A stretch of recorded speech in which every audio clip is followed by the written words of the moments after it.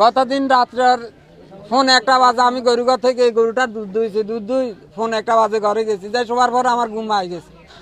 ঘুম আসি যাওয়ার পরে আমার ভাতিজা একটা আমার নম্বরে ফোন দিছে, ফোন দিকে কাকা কর্মী গরু ডাক দে, কর্মী গরু ডাক দে কইছে আর আমার পরিবারে কইরে গরু কোনকে মনে হয় দেখছে এই কারণে ডাক দে। ইয়ার ভিতরে কিছুক্ষণ পরে দিয়ে ফট করে দাম করে আওয়াজে গিয়ে হয়েছে আর হাতে গতন বার হয়েছে, গতন বার হয়ে সাইডে যখন দেখছে যেন আলোকিত অবস্থা আগুন লাগছে, আলো হয়ে গেছে। এবার এতে দৌদি বারে আয়তে কিন্তু 10 আবার কিয়া দিবা দিছে কে করবো কাকাকে গরু করে আগুন লাগাই দিছে গরু বেগুনো বাজার। এমন সময় আসি ভাই আজ দিয়েছেন আর ভাইকে 3 ঘরের বারে দিয়ে উকাটকা দিছে 10। এখন এরা তো কে বার হইতে আর না, চিল্লা চিল্লিয়ে করে ভিতরে তাই পরে যাকে নাকি না এরা বাইর হয়েছে গতুন ওইবার আর মানে এখন তো দেখছেন খালি গরু জলের, এই সময় কিন্তু গজ জ্বলেন না, গরুর গায়ের উপরে আগুন বেগুনের সমানে। এই অবস্থা দেখি দুই তালারে কোনো রকম ইয়াটি চাবি দিয়ে খুলি গরুয়াল বার করছি। তদন্ত সাপেক্ষে অবশ্যই যারা এটার সাথে সংশ্লিষ্ট জড়িত, আমরা এখনো এই ঘটনার সাথে কারা কে জড়িত কে বা জড়িত আমরা স্পষ্ট নয়।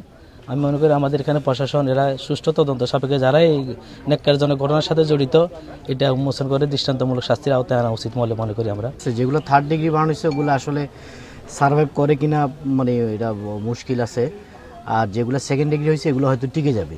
তো আমরা রাতে আসছিলাম, রাতে এসে প্রাথমিক তখন ইমার্জেন্সি যা যা লাগে ওইটা দিছি, এখন আবার আসছি, এখন যেটা দিচ্ছি এবং কন্টিনিউয়াস আমাদের মনিটরিংয়ে থাকবে এগুলো, এবং আমাদের দপ্তর থেকে যতটুকু সর্বাত্মক সহযোগিতা করা যায় সেটার জন্য আমরা আছি।